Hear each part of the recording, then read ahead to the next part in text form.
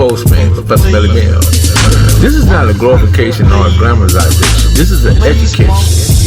You can go anywhere in the world and get a couple of lies, but you come right here to get the truth.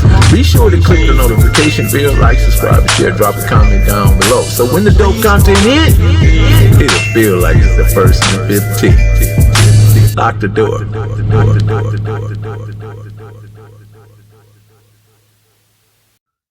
Professor Melly Bell, the Hood Postman. So who I'm here with today? Oldman. Oh man, good to see you, man. How's things been for you, though, old man? Oh man, it's been a blessing. I'm still here, you know. Things is coming together great. Talk to me about what was life for you growing up, and where did you grow up?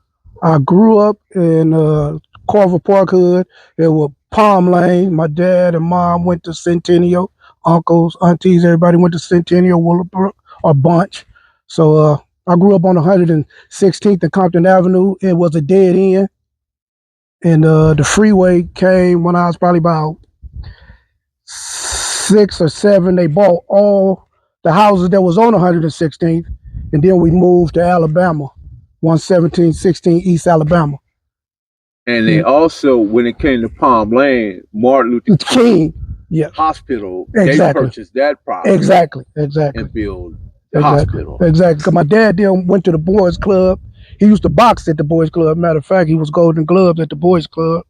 And so my dad, mom, and dad stayed on 121st and Central. And my mother, mom, and dad stayed on 116th until they bought the house. My grandmother bought the house on Alabama after they purchased her house. So I was born in that area. Yeah, a lot of people don't know that they was actually a project. Exactly. In Compton. Compton, yes. Yeah, exactly. You're 100% right. They used to, because my uncle, Wayman, gave me his 57 Chevy. It still had the turntable in the floor. That's what he used to ride with the turntable. Yeah, at the turntable. They played the 45s and the 33s. You know how much value that would be for a lowrider to have one of those? Man, listen, my auntie sold it to her daughter boyfriend for crumbs, but she didn't know what it was worth. Yeah, she didn't know what it was worth.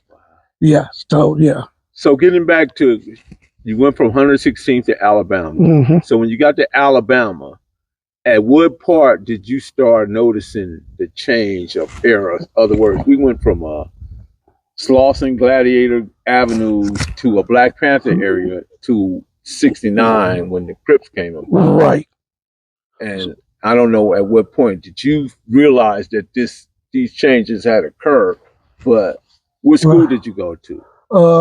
The first grade I went to Carver Elementary, but then my mom moved over to 118th between Main and Spring.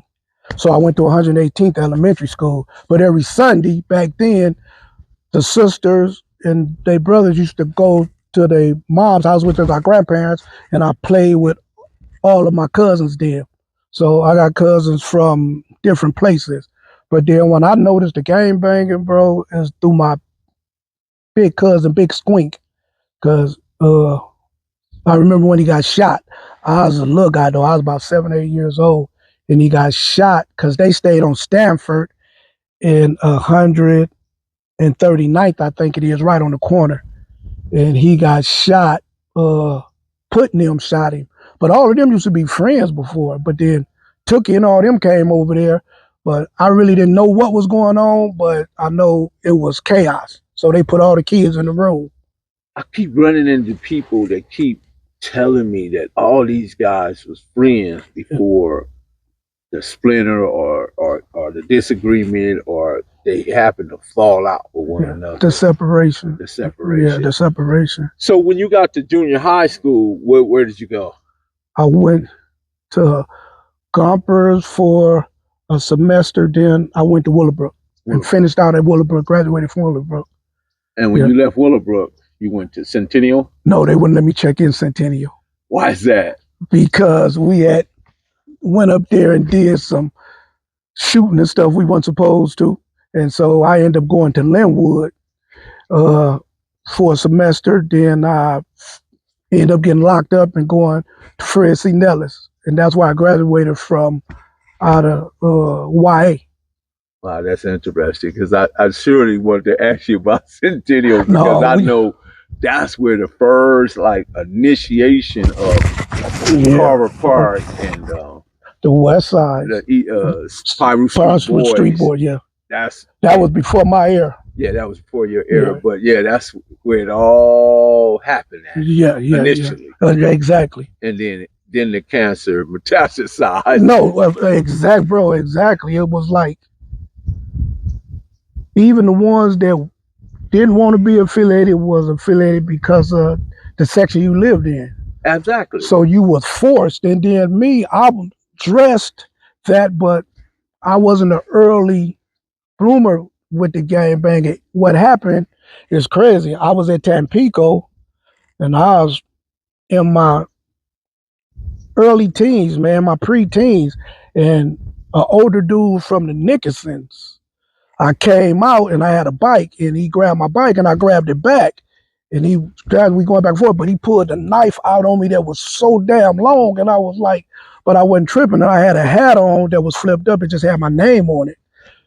So I looked the part, but I wasn't cousin or doing none of that. But after that, it just woke up something different in me. I was angry. So I was like, okay, if I ever see this guy, but I never ever seen him.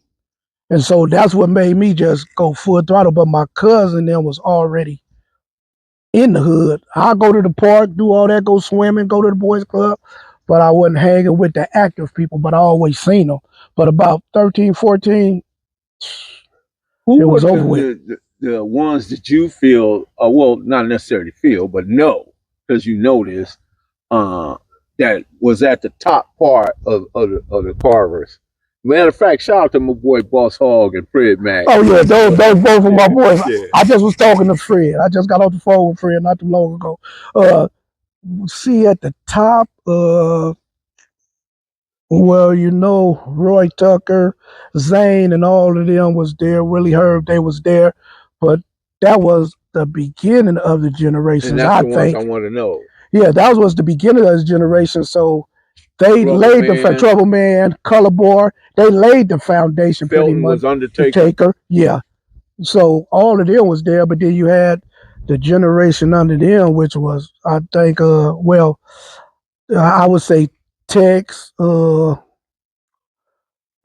Snake, Moose, you know. So and then you had KC. It was some factors there, and everybody basically you looked it up to, but then some of them will start smoking that water and stuff, just start going crazy in the hood. But then like Bradog and all them, they're a little bit older than me. I think Bradog got me like about 2 years or something like that. But then they was there. But it's a crazy thing because I used to mix Bradog and Diamond Blue up because they built. From a distance, they look just like each other until they walk up on you, and then you're like, okay, that's what it is. Yeah, Diamond Blue was my guy. Yeah, man, yeah. You can find Diamond Blue in anybody hood. Yeah. He gonna go. He gonna hop on that bus or ride that beach cruiser, and he gonna go where he gonna go. Rag, all blue, khaki, everything blue. It wasn't no question about who Diamond Blue was. Yeah, exactly, and what he stood for. So, what about Glue Baby? I don't know too much about that one. Okay. Yeah, I don't know too much about that one. But as far as my era, when we was at the Brook, it was like me, Nut, Chico, rest in peace. It was a few of us. And then we had Lee. We used to be at the park, but on Antwerp, it was Lee house that was the shack inside the garage. So you would catch 15, 20, or 30 homies and homegirls there hanging out in the 80s, late 70s, early 80s. Who were the homegirls? Where you had Pebbles, you had CC, yeah, CC was one. You had Strawberry, you had let me see. What about my homie Snoop's girl, Larry? Who was his girl? Nice. It wasn't Chris, Jeanette. Yeah, Jeanette was there. Because matter of fact, I think Jeanette, she stayed on that tour, if I'm not mistaken. Yeah, they did stay on the tour. So you see them all. You see the Tillman girls there. It just was a family affair. Everybody was hanging out, and then we was more closely knitted. Everything was Carver Park, like right now they have different sections, so it's like a division, but not. But if everything was Carver Park, now you had 8 Ball, and on that side, the people came to the park was like Dickie, Marlin. I'm talking about the early '80s. They come to the park and hang out, and then on the 126, you had Pookie and his brothers. They'll come to the park. Crazy will come to the park, but where the 126 and the 8 Ball, they start 8 Ball Carver and 126 Carver. I don't know the history when it started, who brought that up. And yeah, you probably don't remember this guy, but his name was Mad Nut. Mad Nut was from Carver Park, but he lived in the Red House.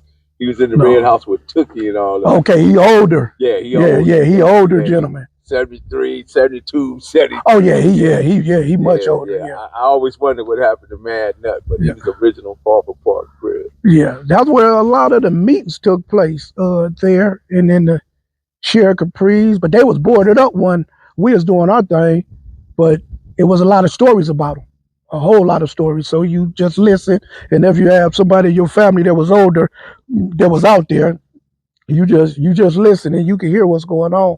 Yeah, they say Tookie had an apartment in the Share Capris. Oh, probably so, because they was all over there. Yeah, even all the West Side Crips, the East Side Crips, yeah. Compton Crips. Yeah, everybody from everywhere came around there. But it's different. It's just, I look at it, what was put together, it could have been with the right structure and the teaching, it could have been bigger than the Panthers, but on a positive note. Because right now is so many killings and stuff from our own people killing our own soldiers in our army is senseless.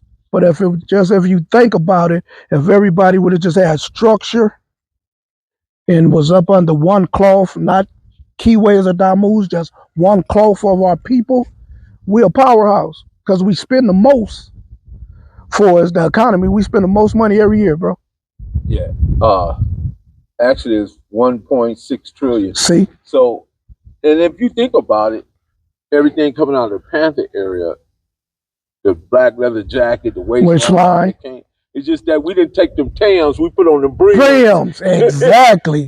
but that whole look, the original Crips took that whole look. That's and reinvented it and it made it their own. Well, exactly, with the Stacys and the Biscuits and the Romeos and all of the dress codes and suspenders, exactly. Starch to going around the Ace Deuce, all that. So yeah, and then the symbol was the 2 C's in the cap with the cross earrings. So that was pretty.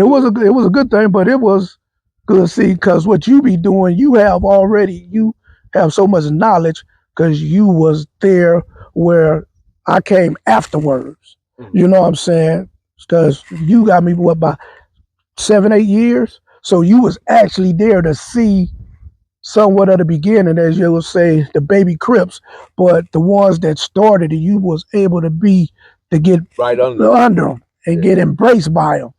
Yeah, so it was a different structure there.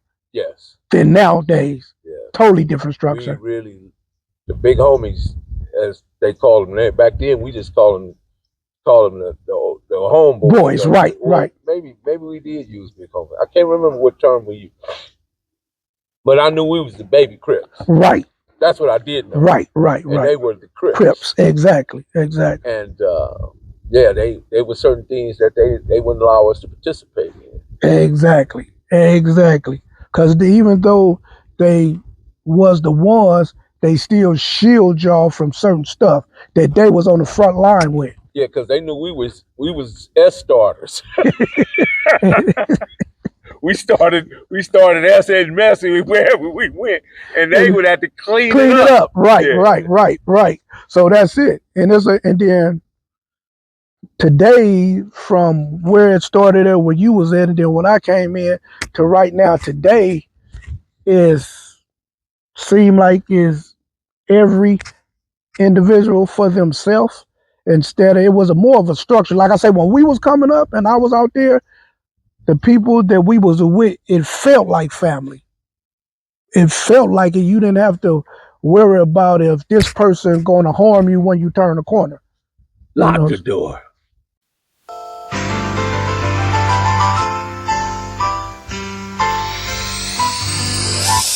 Straight out of Compton, original streets. Grew up with the lion, see what the criminals see. Now he a giant and a pivotal key.